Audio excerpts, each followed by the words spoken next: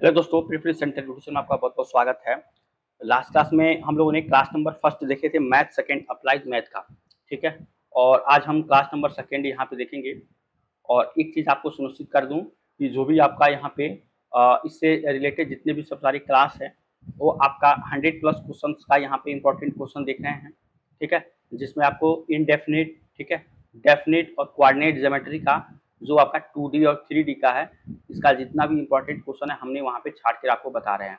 ठीक है, ये कंप्लीट आपको अप्लाइड मैथ का यहाँ पे इंपॉर्टेंट क्वेश्चन है। उम्मीद करेंगे कि आप पूरा वीडियो जरूर देखिए। यहाँ पे जितना भी सब सारा क्वेश्चन है, कोई भी क्वेश्चन में डाउट है तो हम नंबर वाइज क्वेश्चन बता रहे हैं, आप वहाँ पे उसको कमेंट करके ये बता देंगे कि ये वाला क्वेश्चन आपको जो है इसमें दिक्कत है। ठीक है, चलिए तो अब हम क्वेश्चन देख लेते हैं यहाँ पे। तो पिछली क्लास में हमने क्वेश्चन नंबर 10 को देखा था और वहाँ पे हम आपको बताए थे कि आपको किस तरह से क्वेश्चन को सॉल्व करना है। ठीक है, तो आज हम क्वेश्चन नंबर 10 यहाँ पे करेंगे पहले, उसके बाद 11-12 जो भी होगा आपका उसको हम यहाँ पे देखेंगे। तो क्वेश्चन नंबर 10, ठीक है, क्वेश्चन नंबर 10 क्या था कि उस वृत्त का समीकरण ज्ञात कीजिए।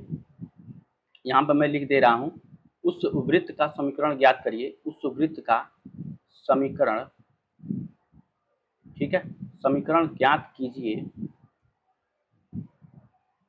उस वृत्त का समीकरण ज्ञात कीजिए जिसके व्यास के सिरों, जिसके व्यास के सिरों के निर्देशांक, जिसके व्यास के सिरों के निर्देशांक कितना है, ये है 1, ठीक है, एंड 3, 5, ठीक है, ये है, ठीक है, 3, 5 है। इस वृत्त का केंद्र तथा त्रिज्या भी ज्ञात कीजिए। ठीक है, इस वृत्त का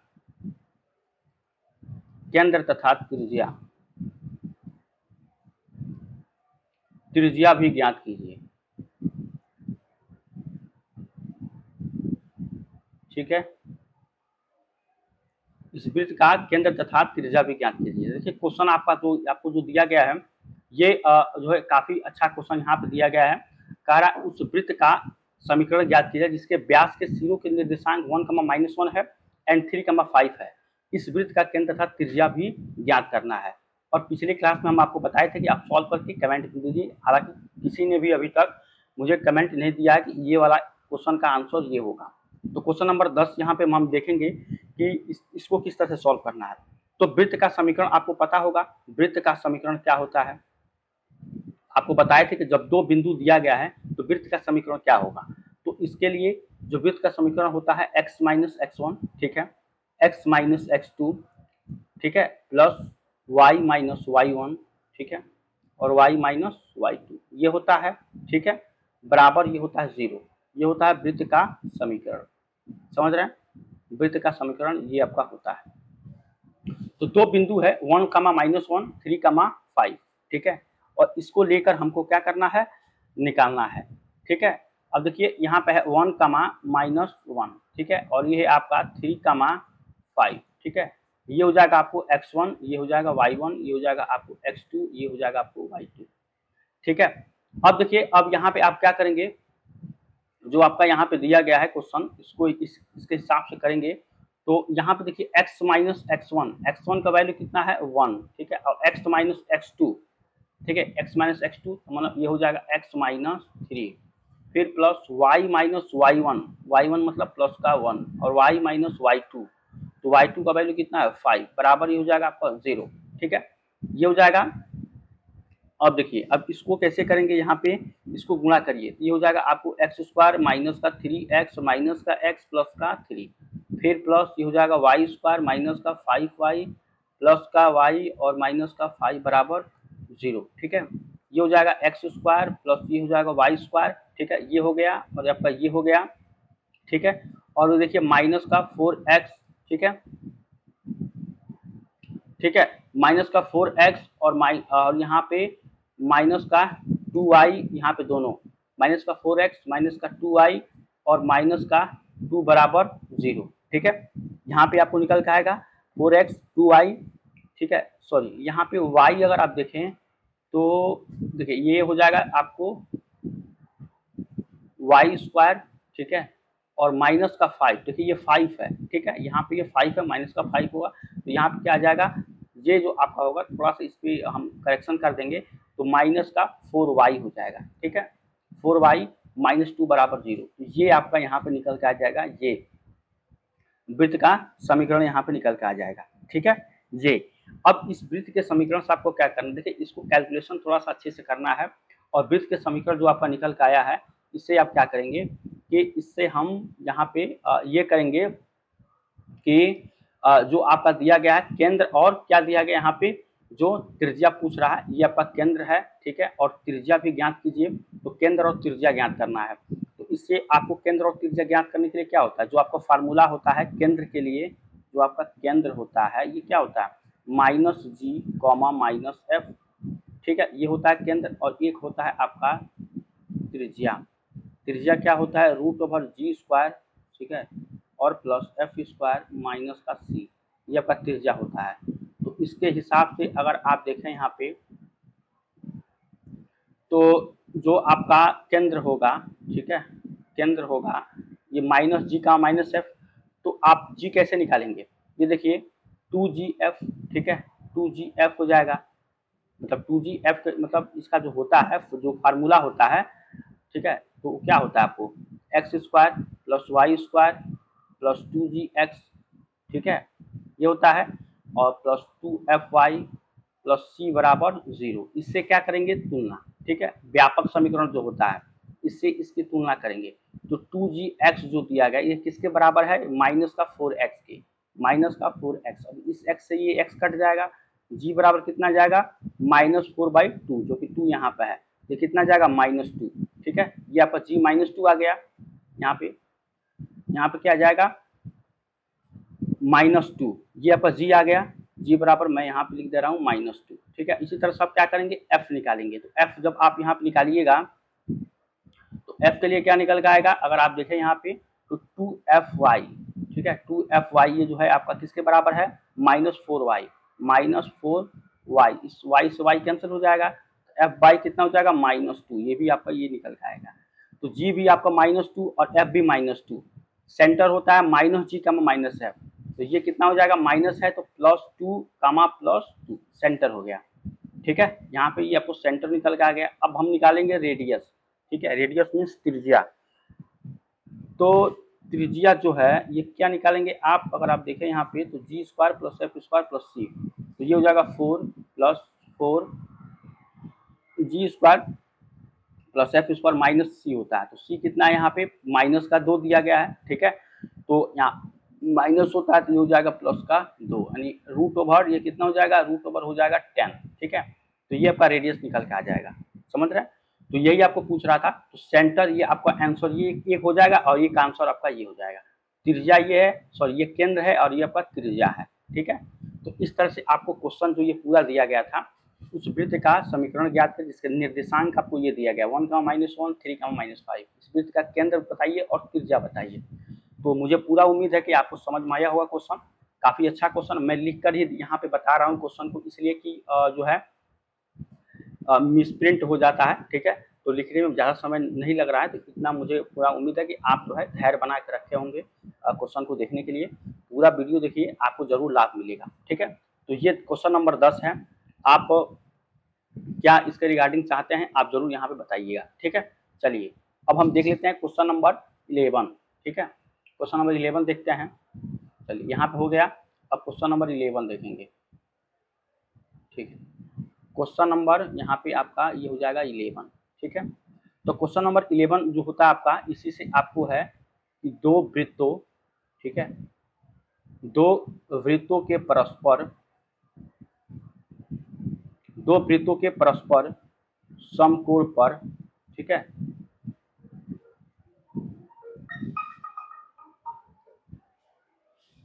ठीक है, दो वृत्तों के समकोण पर काटने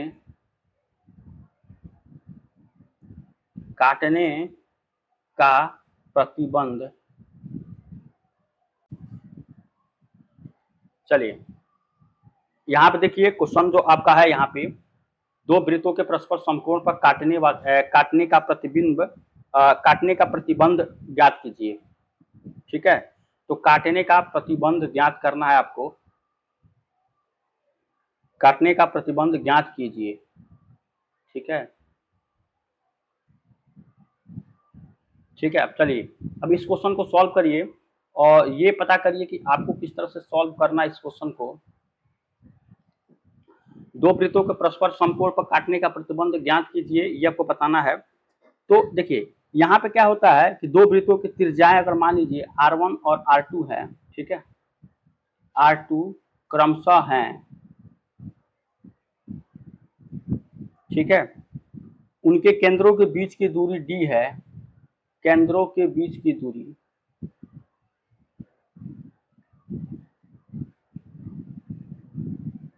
D है। यदि उनका प्रतिच्छेद कोण थीटा हो तो कोज्या नियम से, ठीक है। अगर मान लीजिए यहाँ पे दो वृत्तों के जो आपके कह रहा है समकोण पर काटने प्रतिबंध ज्ञात कीजिए, अगर यहाँ इसका जो रेडियस होगा R1 R2 क्रमशः है, ठीक है, रेडियस R1 R2 है, तो केंद्रों के बीच की दूरी D होगी। अब ये किस तरह से होगा, तो देखिए फिगर के माध्यम से हम यहाँ पे समझेंगे। ये आपका एक सर्कल है, ठीक है, ये एक सर्कल है, ठीक है, थोड़ा सा इसको मैं अलग से बना रहा हूँ। ये आपका एक सर्कल है, ठीक है, ये सर्कल है। ये मान लीजिए थोड़ा सा यहाँ पे थोड़ा टेढ़ा हुआ है, लेकिन इसको समझ लीजिएगा। देखिए यहाँ पे एक सर्कल ये है, ठीक है। अब इससे आप क्या करेंगे, यहाँ पे एक बिंदु आपका ये हो जाएगा आपको O, ठीक है, और ये आपका बिंदु हो जाएगा यहाँ पे O डैश, ठीक है, O डैश, और इससे आपको ये मिल जाएगा यहाँ, ठीक है, और ये दूरी कितना हो जाएगा, ये हो जाएगा D, ठीक है, ये D हो जाएगा, और ये जो एंगल हो जाएगा आपका, ये क्या हो जाएगा, ये हो जाएगा आपको थीटा, ठीक है, ये हो जाएगा आपको R2 और ये हो जाएगा आपको R1, ठीक है, R2 और R1 ये हो जाएगा यहाँ पे। तो कोज्या नियम से आपका जो कॉस थीटा की जो वैल्यू होगी इसके हिसाब से आप निकालेंगे, तो ये हो जाएगा आपको R1 का स्क्वायर और प्लस ये हो जाएगा आपको R2 का स्क्वायर और माइनस का D स्क्वायर अपान ये क्या होगा आपको 2R1 R2, ये होगा आपको ये कोज्या नियम से, ठीक है। अब इसके हिसाब से आप क्या करेंगे, यहाँ पे क्वेश्चन को सॉल्व करेंगे, ठीक है। चलिए अब देखिए वृत्त के समकोण पर प्रतिच्छेद करते हैं, तो यहाँ पे देखिए वृत्त के समकोण पर प्रतिच्छेद करते हैं तो थीटा की वैल्यू कितनी हो जाएगी, ये हो जाएगी आपकी 90 डिग्री, ये थीटा की वैल्यू हो जाएगी आपकी 90 डिग्री। तो आप कॉस थीटा यहाँ पे रख दीजिए, ठीक है, तो कॉस थीटा मतलब यहाँ पे 90 डिग्री, तो अगर थीटा यहाँ पे अगर 90 है तो कॉस थीटा कितना होता है, कॉस 90 कितना हो जाएगा, 0 होता है, कॉस 90 0, क्योंकि आपको पता है साइन 0 का वैल्यू कितना होता है 0 और साइन 90 अंश का वैल्यू कितना होता है 1, इसी का उल्टा होता है कॉस 0, ये उल्टा हो जाता है, ठीक है। तो यहाँ पे क्या हो जाएगा आपका साइन 0 का मान 0 और कॉस 90, तो ये आपका 0 जो है ये यहाँ पे चला जाएगा, ठीक है, तो ये आपका हो जाएगा 0, तो ये हो जाएगा आपको 0, ठीक है, तो कॉस 90 0 होता है।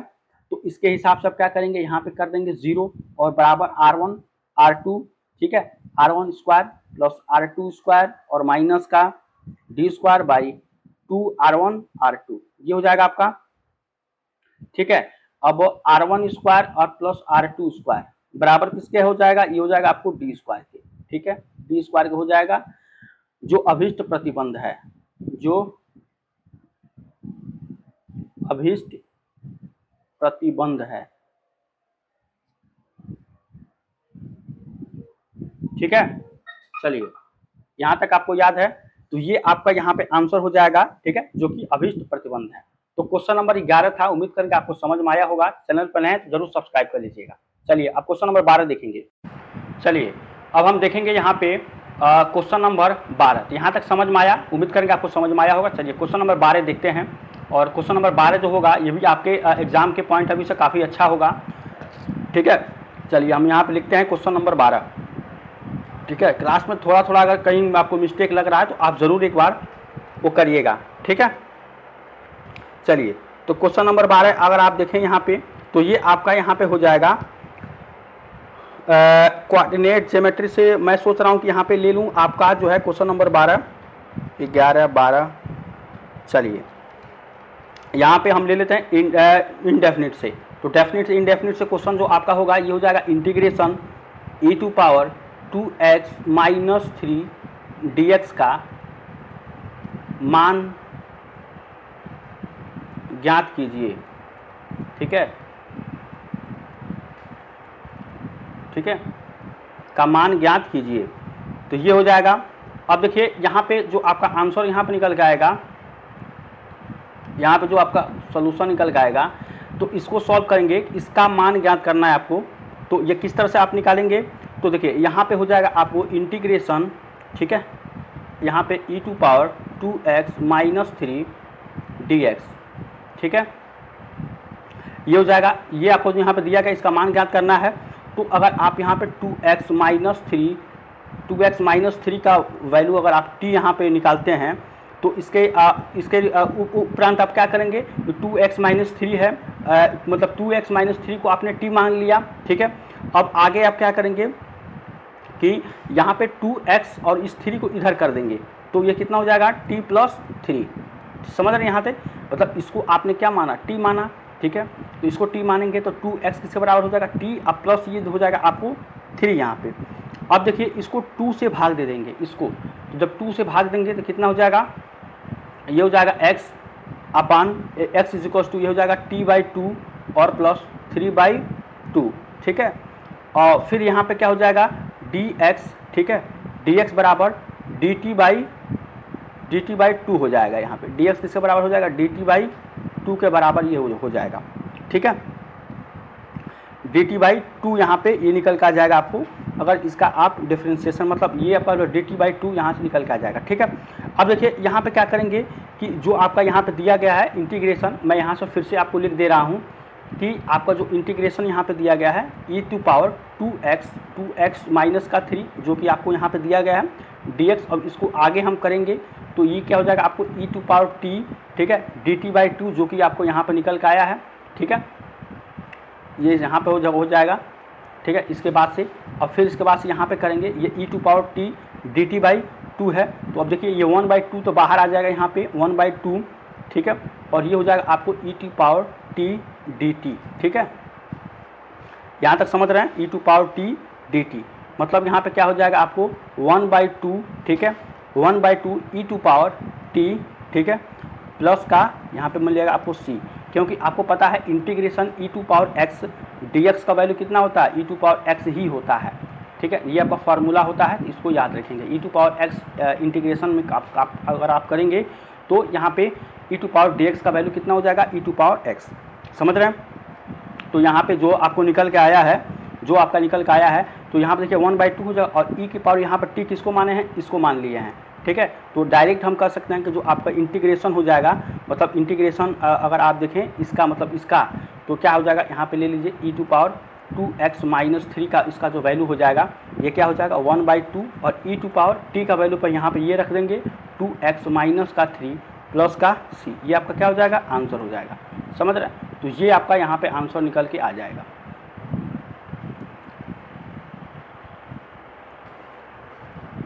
ठीक है, तो ये आपका क्वेश्चन नंबर 12 था इनडेफिनिट से। उम्मीद करेंगे आपको समझ में आया होगा।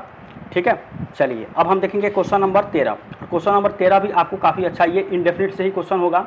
तो यहाँ तक समझ में आया, कोई भी इसमें दिक्कत है तो आप कमेंट करेंगे कि क्वेश्चन नंबर 12 में हमको दिक्कत आया है। ठीक है, चलिए अब क्वेश्चन नंबर 13 यहाँ पे करेंगे। तो क्वेश्चन नंबर 13 यहाँ पे लिख लेते हैं।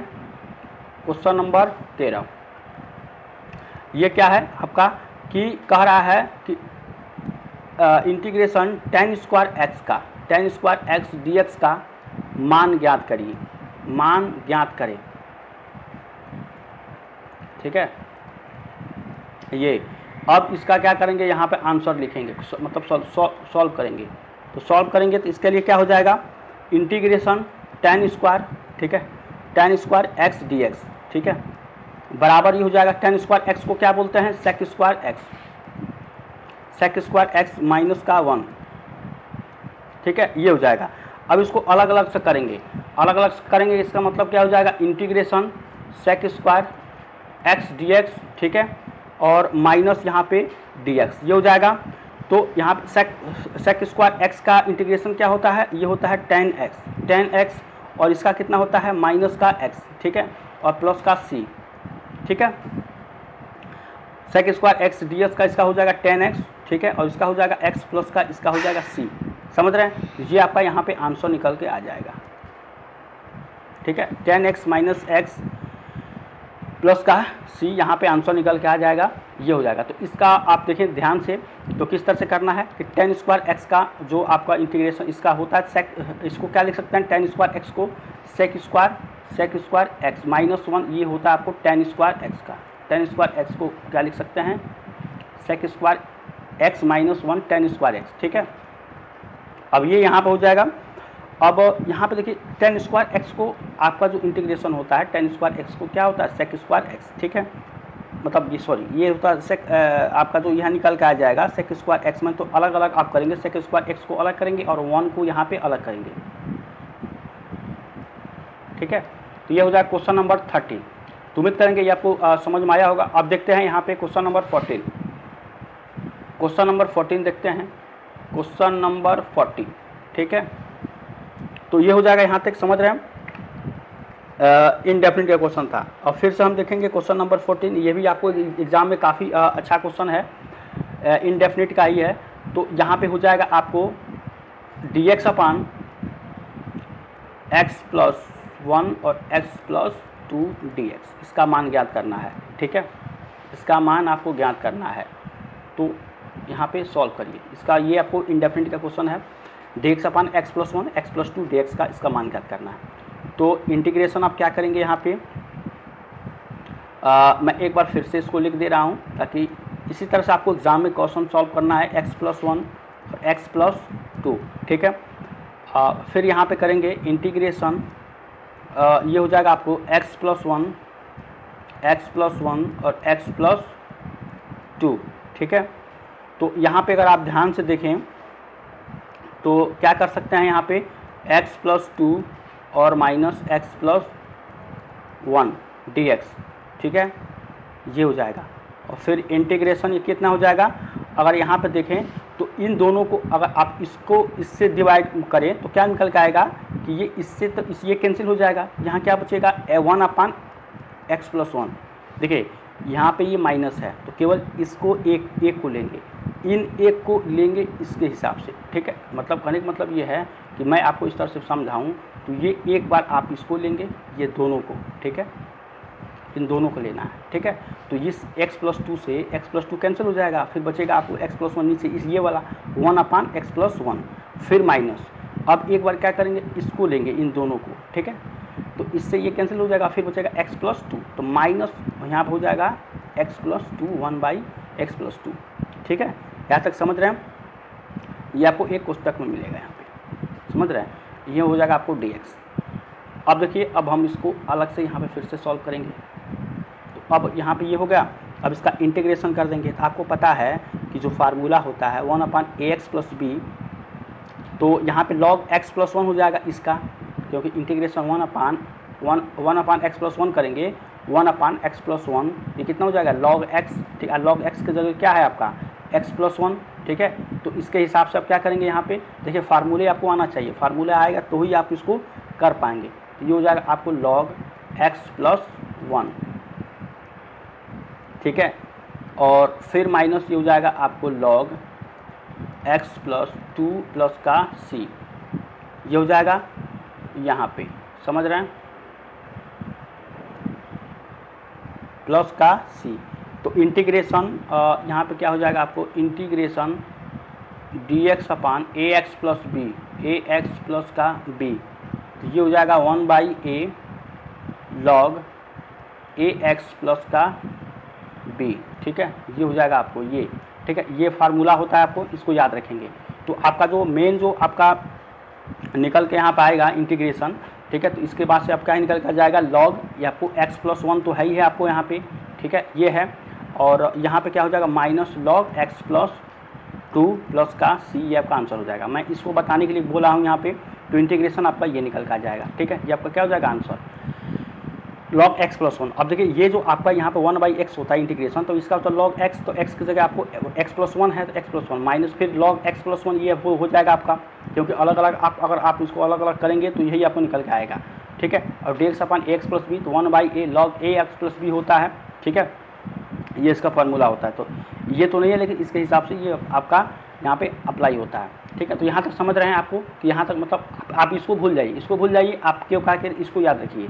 अब ये किस तरह से एक बार हमने इसको करेंगे, मतलब मैं यहाँ पे अगर इस एक स्टेप चलूँ तो ये इंटीग्रेशन 1/x+1 dx, ठीक है, फिर माइनस इंटीग्रेशन 1/x+2 dx। अब समझ रहे हैं यहाँ पे।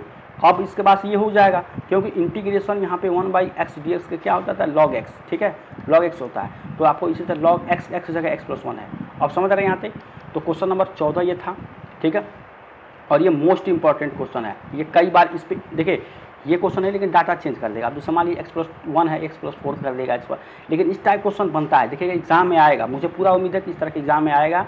तो एक बार देख के जरूर जाएगा, नहीं भी आता है तो मतलब मैक्सिमम मैंने देखा आया है, लेकिन आएगा जरूर। अगर बहुत रेयर केस में होगा कि नहीं आएगा, ठीक है। तो ये मोस्ट इंपॉर्टेंट क्वेश्चन है, आपको जरूर यहाँ पे देख कर जाना है, ठीक है। तो वीडियो पूरा देखिए तो ही आपको लाभ मिलेगा।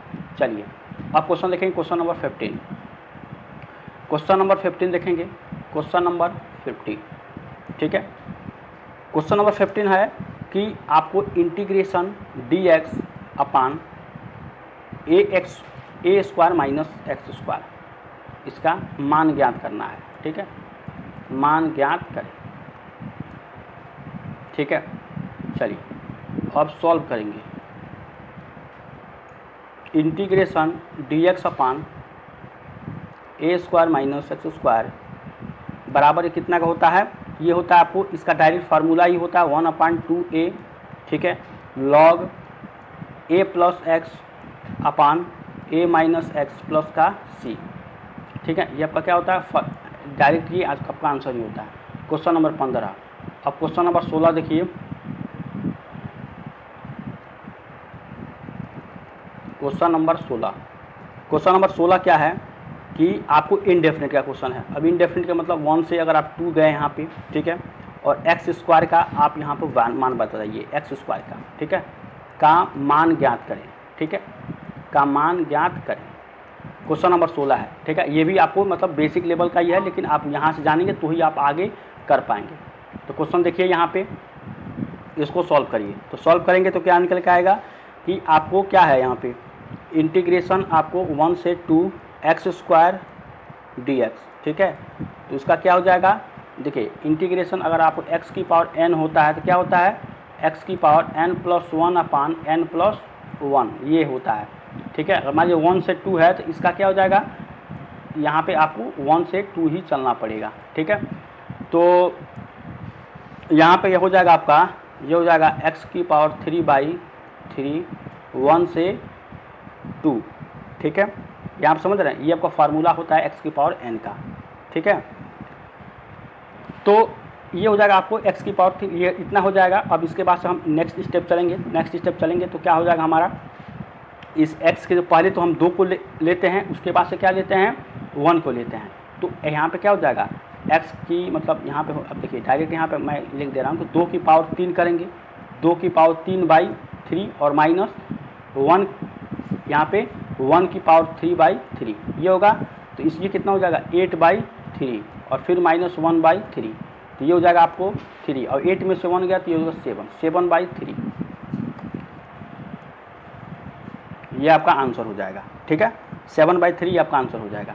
तो ये क्वेश्चन काफ़ी इंपॉर्टेंट क्वेश्चन है, और आपके एग्जाम के माध्यम से अगर आप देखें तो ये काफ़ी इंपॉर्टेंट है, ठीक है। तो इसको आप याद रखेंगे। चलिए क्वेश्चन नंबर 16 था, अब क्वेश्चन नंबर 17 देखेंगे। क्वेश्चन नंबर 17 देखेंगे, क्वेश्चन नंबर 17 ये हो जाएगा। तो अब इसको करेंगे, यदि 0 से 1, ठीक है, 3x स्क्वायर, चलिए 3x स्क्वायर ही है, मैं थोड़ा सा इसको लिख रहा हूँ, 3x square plus 2x plus का k dx बराबर ये 0, ठीक है।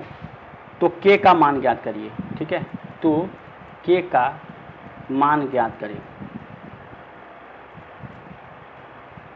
ठीक है, ये हो जाएगा। चलिए यहाँ पे ये हो जाएगा आपको,